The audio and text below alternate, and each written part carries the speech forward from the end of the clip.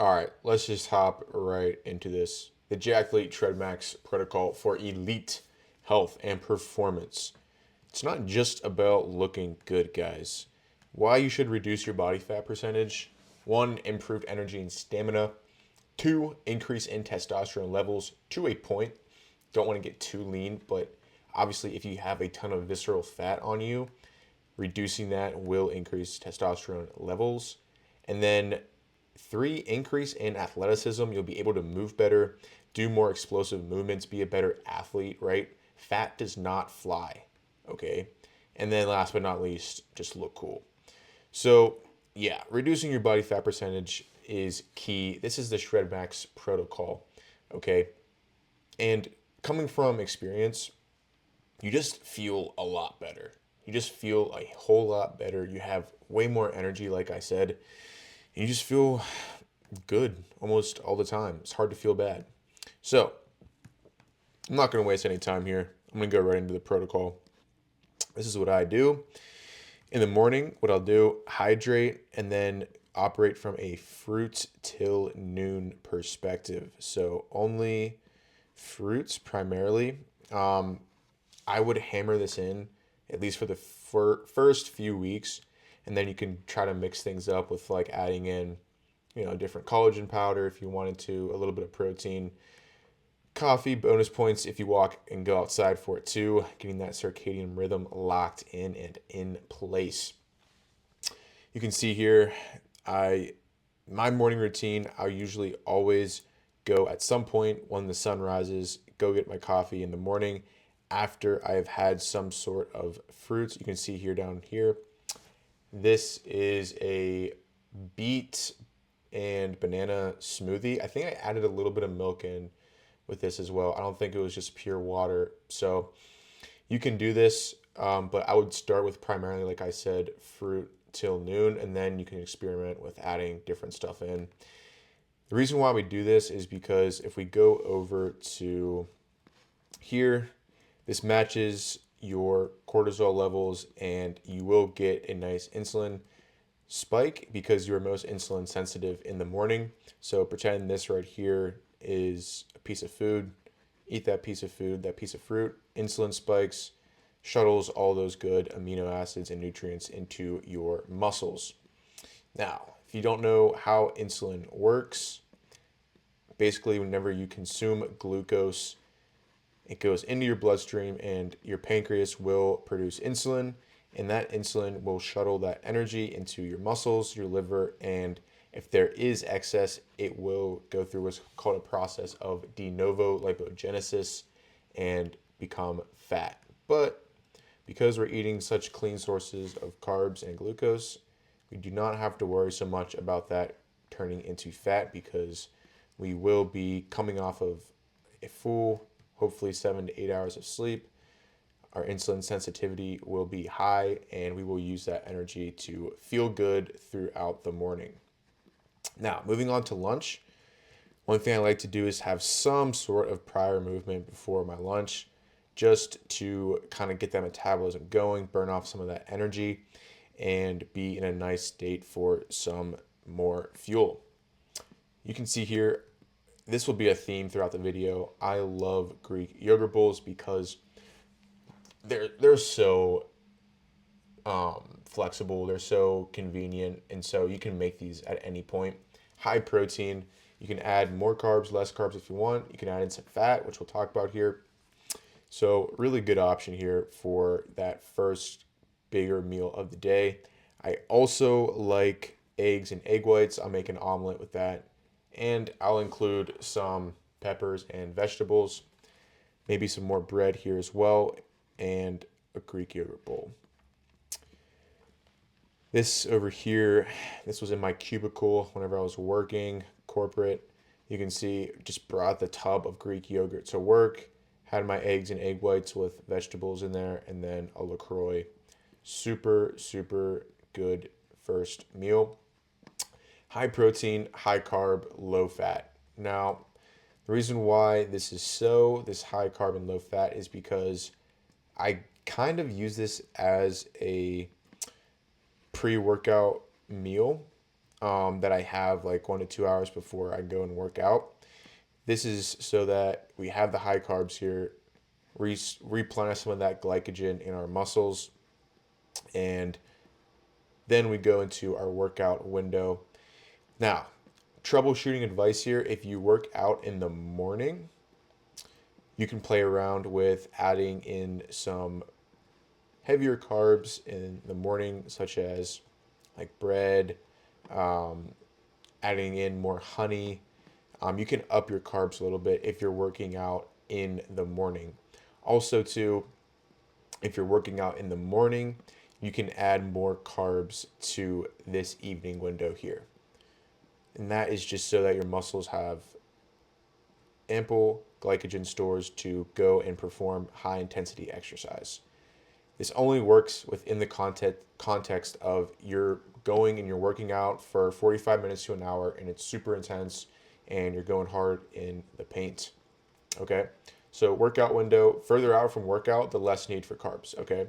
So when we talk about energy systems within the body, your body, as you're watching this video right now, as I'm talking to you right now, we are primarily just using beta oxidation. We are using fat as our fuel throughout the day, but once we reach more intense exercises, we rely more on our ATP, PC, and glycolytic systems within our body, which means we need fast fuel, which are carbs. Fat is slow, carbs are fast. So high carb before, and then protein and carbs afterwards too, because carbs will help us with our recovery, shuttling that protein and those nutrients into the muscle so that we are fresh to go again. This is especially important if you're working out for multiple days throughout the week consecutively. And like I said, you're going intense, you're sprinting, you're lifting heavy, you're doing MMA, things like that. And then that, last but not least, we have our late evening meal. Last meal of the day, big meal, high protein, medium to high fat, and lower carb. And the reason why I do this is because it matches the metabolic demand. If we go over to this graph here, you can see steroid hormones and our growth hormone. It spikes later in the day and at night once we are sleeping. And as we know, or if you didn't know, cholesterol and saturated fat are precursors and they're building blocks to make those hormones. So we want to give our body what it needs to produce that and to repair and build while we sleep, which is why you can see here, have some steak, which is some fat on there. Do have some carbs here, but they're not super heavy. They're starches like potatoes, have some fiber in there as well. And then some shrimp, but shrimp is more lean protein, but I just threw that in there. I think just because that's all I had at the time. But you understand here the reasoning behind this.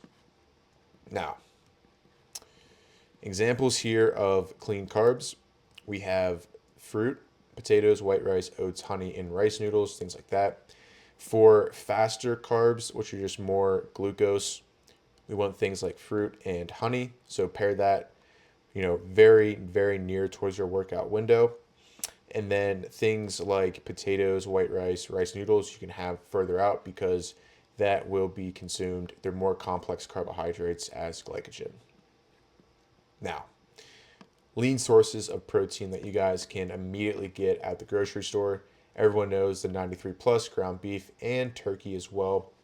Chicken breast, like I said, non-fat plain Greek yogurt, definitely a staple. Tuna here, canned tuna. I know it might seem gross, but trust me, just grow up. Stop coping. It's a great source of selenium. It's a great source of lean protein, and the macros are insane. This right here, sliced grass-fed beef sirloin. You can get this at Costco. Love this as well. Great option, super convenient as well. Skim milk, egg whites, and shrimp.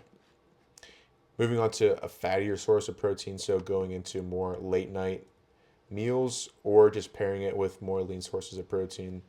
Eggs here, like I mentioned above, I pair eggs with egg whites now. You can see here, I didn't do this in this particular meal, but that's what I usually do currently.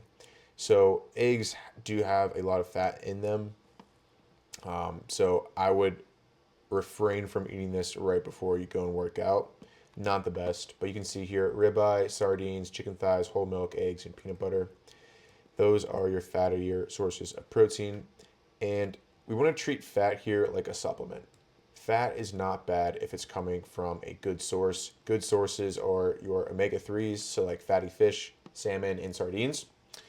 Medium chain triglycerides, coconut oil, grass fed butter, and cheeses. MUFAs, olive oil, avocados, monounsaturated fats. And then avoid those high omega 6 concentrated sources like seed oils, so canola, sunflower, vegetable, etc. And obviously trans fats. I'm not saying that you have to cut out seed oils entirely and live like a robot, but definitely avoid those if you can. Snack, want to just hammer this home. Non-fat plant Greek yogurt with frozen fruit, curbs cravings, adds to protein intake as well. You can see here, low glycemic fruit, blueberries with some honey and Greek yogurt. Perfect snack for pretty much any time of the day, to be honest with you.